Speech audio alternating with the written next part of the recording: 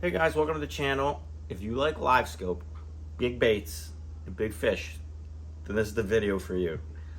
Today I'm going to be breaking down this catch for you, which was kind of a unique one, and a couple weird things happened on this one that were a little unusual and different than from what I was used to seeing this season.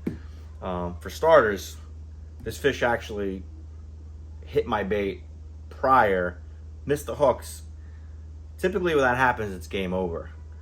But I kept trying, I changed up a couple things, and I was extremely lucky and I got her to commit again.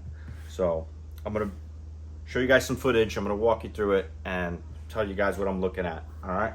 So first off, I'm out in the middle of the lake. It's in May, water's 56. We're in a full moon cycle. The moon rises around 10:30 at night. This is about 3 in the morning. So the moon was pretty much overhead at this point, very bright in the sky. And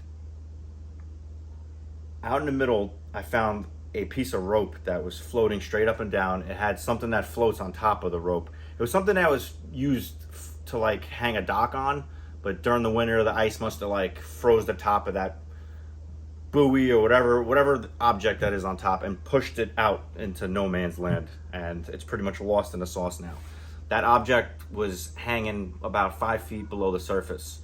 But it's in a key spot. It's in like close to the middle of the lake.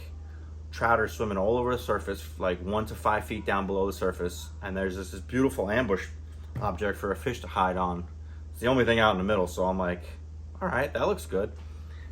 But the thing about this spot was you couldn't see the fish on it.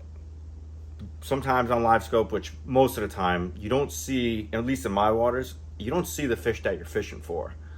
You don't see them prior to the cast. You know, once you draw them out, that's when you're seeing them. So that was kind of the scenario here. I saw this awesome object, didn't see a fish on it at all. I made 2 casts with a topwater bait. I believe it was a crawler because that was like a key bait for me this time of year. Nothing. Usually what happens in the spring, this time of year, when I was fishing good spots, I would at least draw a big fish out. Like it would come out a little bit, show itself, you know, and then it would show out the body language, you know, I'm not interested, I'm fishing, I'm moving super slow. Nothing, I don't see anything. So I'm like, all right, maybe no fish on it. I picked up an 8-inch Hud, another staple bait this time of year. Went below the surface, swam it right past it. I think I made 2 casts with that. Nada. So at this point, I'm like, there's no fish on here. Because if there was a fish on this, they would at least came out a little bit and like investigated, swam slowly, you know, tracked the bait.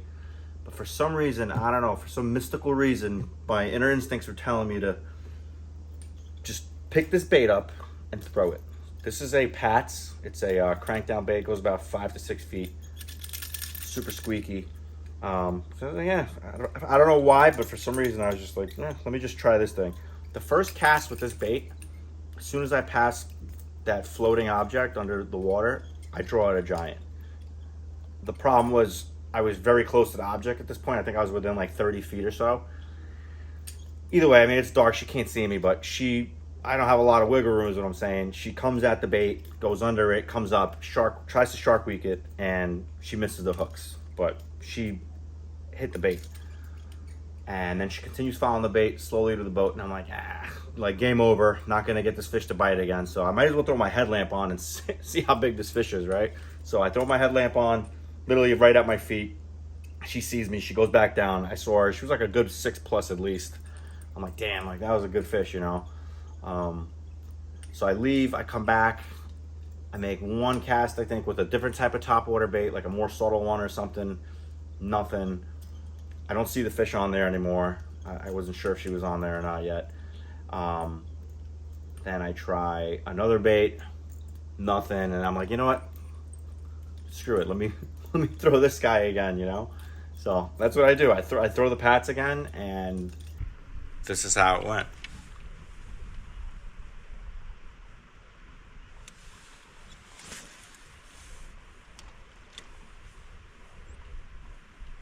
So I made my cast here. I'm not expecting anything because these big fish don't usually give you another chance. But I was like, what do I got to lose? You know, I'm going to try it one more time. I'm reeling the bait in, coming past the object right here. And all of a sudden, you just see her come out hot. I mean, she's like fired up. So I sped up the retrieve real quick, and that's it. Triggered the bite.